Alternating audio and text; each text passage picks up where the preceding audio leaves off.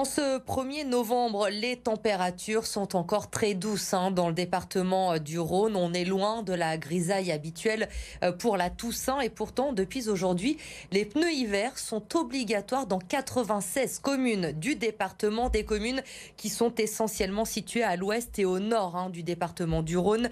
Vos véhicules devront être équipés jusqu'au 31 mars prochain. Alors depuis quelques jours, les garages sont tout simplement débordés. Arthur Blé. Embouteillage dans ce garage de Tarare. Ce 1er novembre, les véhicules doivent être équipés de pneus hiver pour circuler. Les habitants se pressent donc pour être en règle. C'est un peu tendu pour nous là, mais c'était le dernier jour. Donc j'ai fait ma voiture la semaine dernière et donc la voiture de ma femme aujourd'hui. Vu le climat qu'on a eu cette année, on n'était pas tout à fait prêt à avoir des pneus neige, à les équiper si tôt, mais là...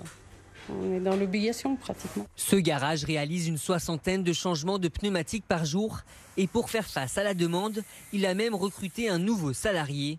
Désormais une obligation dans une partie du département. Adapter son pneumatique pour l'hiver reste une action de sécurité. Cette loi là pour sécuriser tous les usagers de la route, puisque effectivement normalement on devrait avoir des températures, ce qui n'est pas le cas actuellement, mais bien plus basses. Et ça sécurise le véhicule en tenue de route pour le freinage. Donc c'est quelque chose qui est plutôt positif pour les gens, par sécurité. C'est le but principal en fait. Dans nos régions, effectivement, on a peut-être moins de neige, mais ce n'est pas essentiellement la neige, c'est plutôt la température qui est adaptée à ce type de pneus. Et les rendez-vous vont s'enchaîner encore plusieurs semaines pour terminer d'équiper en pneus hiver les habitants de la région. Le 1er novembre marque également le début du mois sans tabac. 30 jours pour arrêter de fumer. Ces dernières années, le nombre de fumeurs est en baisse en France, notamment chez les jeunes. En 2017, ils étaient à 25% à fumer régulièrement contre 40% au début des années 2000. Lauriane Pellao. Ils commencent parfois très tôt. Depuis que j'ai 16 ans. Et ils en deviennent rapidement dépendants. Ces jeunes lyonnais fument quotidiennement et la plupart ont commencé de la même manière. C'était comme ça en soirée, puis après ça a été très vite. Je fumais quand je sortais et après j'ai continué. Une clope en soirée, puis ça finit par acheter un paquet tout seul et voilà. Le prix du paquet ne semble pas démotiver les jeunes. Pour beaucoup, la cigarette a un aspect festif, à l'image de l'alcool. Je bois un verre d'alcool, j'ai envie de fumer une cigarette. Enfin, maintenant, c'est devenu un automatisme au final. Pour Sveta, fumer, c'est un moyen de se détendre. Je sentais ça plutôt comme une... Vous voyez un peu, en fin de journée de travail, bien, vous êtes fatigué, vous prenez une bonne douche chaude avant d'aller dormir, ça me procurait la même sensation. Si le nombre de nouveaux fumeurs recule d'année en année, Santé publique France estime que plus de 26% des 18-75 ans fument en Auvergne-Rhône-Alpes. Cancer, caillots sanguins, AVC, les conséquences sur la santé sont nombreuses et irréversibles. Les médecins encouragent donc les jeunes à arrêter le plus tôt possible.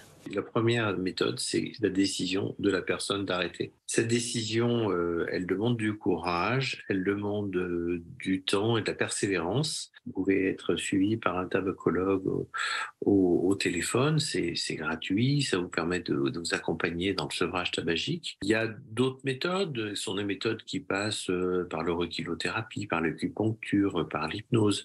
Ce sont des méthodes de renfort et chacune peut correspondre à une personne. Dans la région, selon les chiffres de 2017, près de 12,2% des décès sont attribués au tabagisme. C'est une tradition à la Toussaint. Vous êtes nombreux à aller fleurir les tombes de vos proches. Aujourd'hui, il y avait du monde dans les cimetières de la métropole de Lyon. Reportage à Feyzin de Jade Terlinck. Chrysanthèmes, pensées et cyclamènes. Pour la Toussaint, les tombes des défunts retrouvent des couleurs. Leurs proches ne manquent jamais le rendez-vous. C'est sacré, Si on ne vient pas, on ne peut pas dormir. Ça nous fait du bien, oui. Donc c'est comme s'il était là. Depuis que je suis toute petite, on venait toujours pour le 1er novembre sur la tombe de mes grands-parents, de la famille. L'occasion de venir me recueillir sur la tombe de ma famille et parents et frères et belles-sœurs. Et pour se déplacer dans les allées du cimetière, une voiturette a été mise à disposition par la mairie de Feyzin. C'est gratuit, c'est fait avec une voiturette électrique et donc pendant les 2 jours de la Toussaint, un des agents accompagne les personnes auprès de leur tombe pour mettre des fleurs, entre autres. De quoi rendre le moment plus agréable pour ces personnes venues se recueillir. On est assis, on ne court pas derrière Je ne cours pas derrière mon mari qui marche beaucoup plus vite. C'est vachement sympa, c'est vachement bien. Oui, c'est vrai, il y a des jeux, mais il y a quand même pas mal d'anciens qui viennent encore. Avant d'être dessous, on vient à pied, mais... En 2019, 34% des Français affirmaient se rendre au cimetière pour la Toussaint. Un chiffre en baisse chaque année. Ils sont en grève depuis le 27 septembre dernier. Les salariés du service expédition de la raffinerie de Feyzin restent mobilisés. Les revendications nationales d'augmentation de salaire se sont transformées en revendications locales avec la demande d'embauche de 4 intérimaires en CDI. Ils ont même demandé un médiateur de la République pour négocier avec la direction. En attendant, hier encore, 14 salariés ont été réquisitionnés sur le site. Mais les grévistes pourraient s'y opposer dans les prochains jours. Écoutez Pedro Afonso, délégué syndical CGT à la raffinerie de Feyzin. Ils sont de plus en plus soudés et souhaitent bien évidemment aller vers une obtention de leurs revendications ou d'une partie de leurs revendications. Ils arrivent même aujourd'hui, tellement l'opposition est malhonnête et irresponsable, à aller vers une désobéissance civique, tout simplement. À aller jusqu'à demain ou après-demain ou dans les prochains jours, aller jusqu'à refuser ces réquisitions. Donc on verra encore une fois ce que la responsabilité de notre préfet, quelle disposition prendra le préfet face aux grévistes qui refusent de prendre ces réquisitions car elles sont injustifiées et illogiques. Les libraires s'engagent pour les journées nationales des prisons. Pendant 2 semaines, une vingtaine de librairies de la région a décidé de mettre à l'honneur des livres qui évoquent la vie en prison, des récits de détenus, la question aussi de la réinsertion. Le but de cette opération, c'est de faire mieux connaître au plus grand nombre la réalité de la détention, mais aussi les enjeux autour de la sortie. Tout le monde parle de la prison, mais très peu de gens savent de quoi ils parlent, en fait. Le livre est truffé d'anecdotes autour de la prison, de la détention, de l'évasion, du meurtre. Et donc, autour du livre, il y a tout un tas de réflexions qui découlent de la prison et de la peine. Parce qu'au-delà de la prison, ce qu'on souhaite, c'est qu'il y ait une réflexion sur la peine. La peine peut être autre chose que la prison.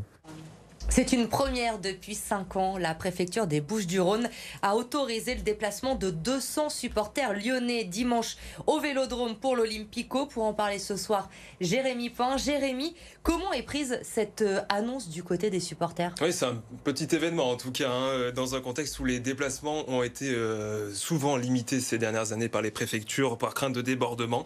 Cette année, l'OL, l'OM et la préfecture des Bouches-du-Rhône sont donc tombés d'accord pour le déplacement de 200 supporters avec un dispositif spécial. Les supporters arriveront très tôt dans le stade et repartiront très tard. Pas de supporters donc dans le centre-ville de Marseille et donc des supporters qui viennent par les bus affrétés par l'OL sous escorte policière.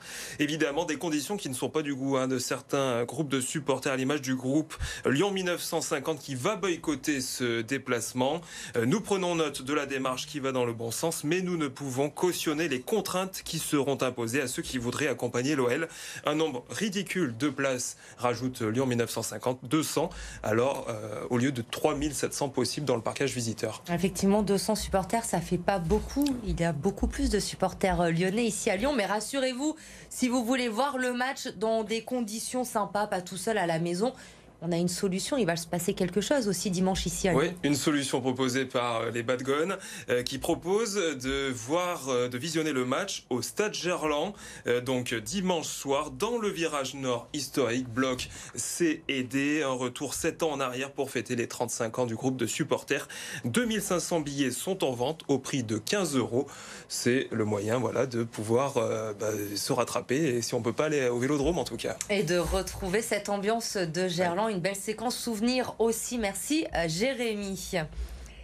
Il avait fermé ses portes après la perte de son étoile au Michelin. 5 mois après, le restaurant Les Trois Dômes a rouvert il y a quelques semaines. Alors sa vue sur Lyon est toujours imprenable et vous allez en plus pouvoir vous laisser surprendre par quelques nouveautés. Maïva comme si. La vue panoramique n'a pas changé, mais pour le reste, tout a été repensé, à commencer par la carte. Sur des produits à la fois nobles et parfois sur des produits un peu plus simples, comme en ce moment on fait une salade de lentilles et saucissons chauds de la maison de Gast pour mettre à l'honneur un peu notre terroir lyonnais.